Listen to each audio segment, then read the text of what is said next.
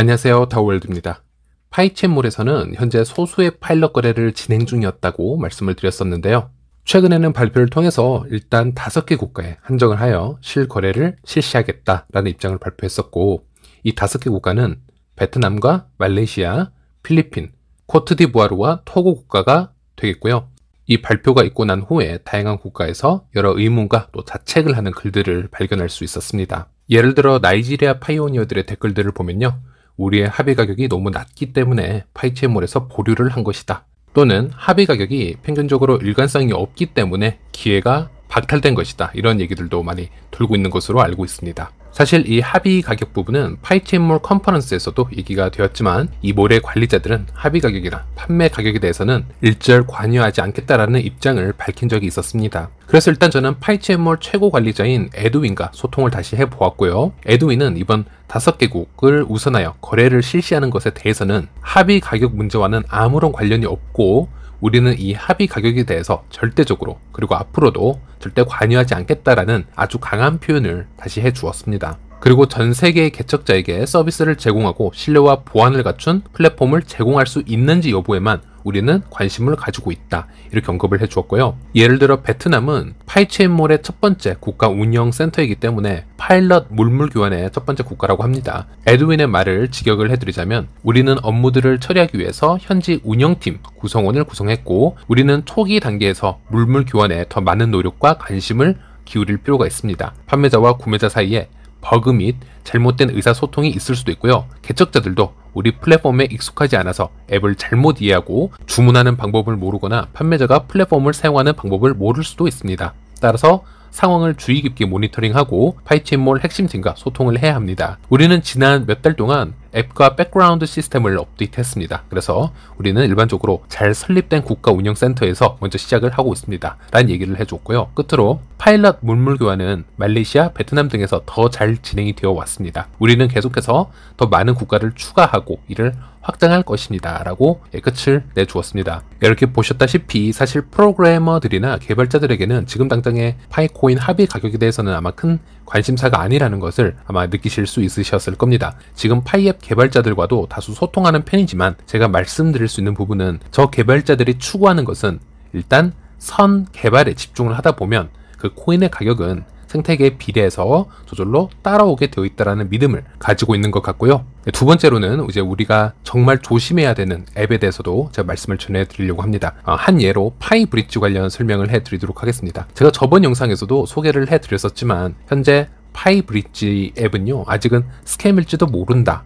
미래에는 매우 중요한 생태계 중 하나가 될지 모르겠지만, 그래서 브릿지가 무엇인지 공부는 해놓되 지금 파이브릿지를 신뢰하지는 말자라는 말씀을 드렸었습니다. 이 브릿지 작동 원리는 제가 저번 영상에서 자세하게 설명을 해드렸었기 때문에 중복 설명은 피하도록 하겠습니다. 그리고 나서도 시간이 좀 흘렀는데요. 그럼에도 불구하고 현재 파이브릿지가 온라인 상에서 마케팅하고 있는 것을 보면 아주 적극적으로 유저의 관심을 모으는 듯한 모습을 볼 수 있었습니다. 그래서 제가 이에 관해서 추가 설명을 조금 보태보자면요, 제가 최근에 이런 브릿지 관련 또는 좀 특이한 방법으로 블록체인 외에서 결제하는 그런 앱 관련해서는 웬만해서는 추천을 해드리고 있지는 않습니다. 그 이유를 제가 설명을 해드리도록 하겠습니다. 올해 초였죠, 솔라나와 이더리움을 이어주는 크로스체인 브릿지인 웜홀이 3억 2,400만 달러, 하나로 약 3,900원 정도의 규모의 자금을 해킹당하는 그런 사건이 있었습니다. 실제로는 이 두 개의 블록체인만 이어주는 것은 아니고요, 이더리움, 솔라나 외에도 바이낸스 스마트 체인, 테라 등등 서로 다른 블록체인 상의 가상자산 거래를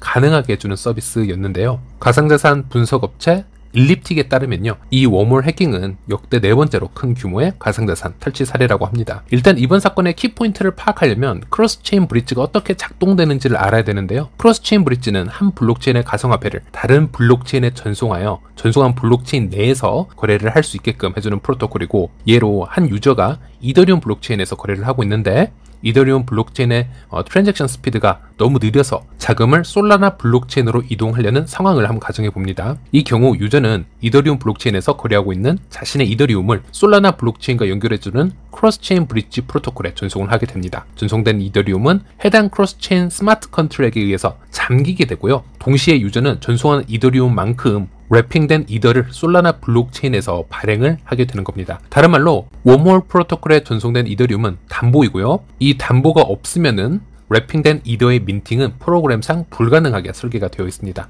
그런데 이번 사건 경우에는 이 워몰에서 가디언이라는 프로그램이 있습니다. 담보를 측정하는 검증 시스템인데 이것이 해킹을 당해서 담보 없이 랩핑된 이더가 계속적으로 민팅이 된 것입니다. 결과적으로 솔라나에 발행된 12만 개의 이더리움은 담보 없이 솔라나 블록체인에 존재하게 되었고요. 이에 따라서 랩핑된 이더의 거래가 가능한 솔라나 기반 프로토콜 또한 지급불능 상태에 빠지게 된 것입니다. 결국 이런 브릿지라는 것은 블록체인 위에서 이루어지는 것이 아니고요. 코인을 블록체인 외부 앱으로 빼어내서 어떤 스마트 컨트랙트나 기업의 어떤 중개인에 의해서 코인을 인위적으로 담보를 잡고 발행을 하고 다시 다른 블록체인으로 보내는 방법이기 때문에 해킹에 매우 취약할 수 있다는 단점이 존재합니다. 또 하나의 대표적인 예로는 최근에 엑시의 로닌 브릿지에서도 고액의 해킹 사건이 있었는데요. 하나로 약 7천억 원이 넘는 액수가 해킹이 되었다라고 합니다. 엑시 인피니티는 베트남 기업이죠. 스카이 메비스사가 개발한 이더리움 기반의 NFT 게임이고요. 제가 거주하고 있는 이 필리핀에서는 이 엑시 인피니티 게임을 국민 게임 앱으로 평가를 해주고 있을 정도입니다. 그런데 엑시 또한 이더리움 기반 게임이고 낮은 거래 처리 속도와 높은 수수료가 문제가 되어 왔었기 때문에 이 로닌 브릿지 측에서는 독자적인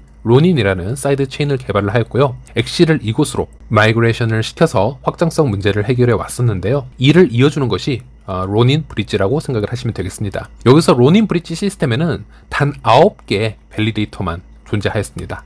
단 9개의 검증자 시스템만 존재하였고 이들의 프라이빗 키가 도난당하는 사건이 있었다고 하는데요. 이번에는 어떤 스마트 컨트랙의 취약성을 보여준 것도 아니고요. 그저 중개자의 신뢰성 문제 때문에 발생한 또 다른 해킹 사건이라고 생각을 하시면 될 것 같습니다. 즉 지금 파이 블록체인 외부로 파이코인을 빼어내어서 어떤 또 다른 생태계를 구축을 하려는 경우 우리는 파이 블록체인의 보안성보다는 그 앱의 개발자나 명확한 기술력을 파악하는 것에 좀 더 집중을 해야 한다라는 점을 알 수 있는데요. 제가 파이브릿지의 백서나 홈페이지를 보았을 때는 이런 보안성 부분에서는 좀 염려스럽다라는 말씀밖에는 드릴 수 없을 것 같습니다. 일단 기존의 브릿지 같은 경우에는 개발자들이 명확하게 누구인지 또는 그 투자처가 어디인지까지도 다 나오기 때문에 최소한 이 앱을 사용하는 데 있어서 보호장치라는 게 존재할 수 있습니다. 예를 들어 이 엑시의 로닌 브릿지 해킹 사건에도 개발자가 직접 나와서 해명을 해주고 피해 보상권에 대해서도 예를 들어서 바이낸스의 투자로 인해서 이런 부분들을 해결하는 모습들을 보여주어 왔었다라는 것인데요. 이런 파이브릿지 같은 경우에는 우리가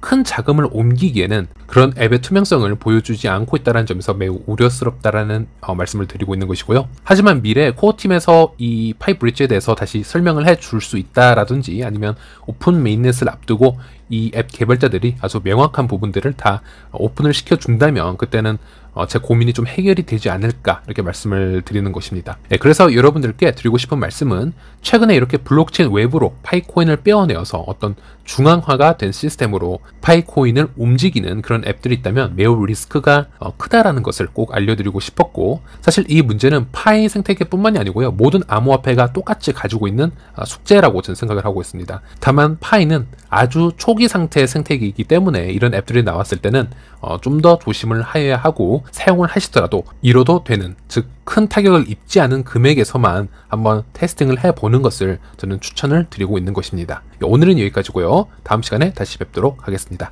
시청해주셔서 감사합니다.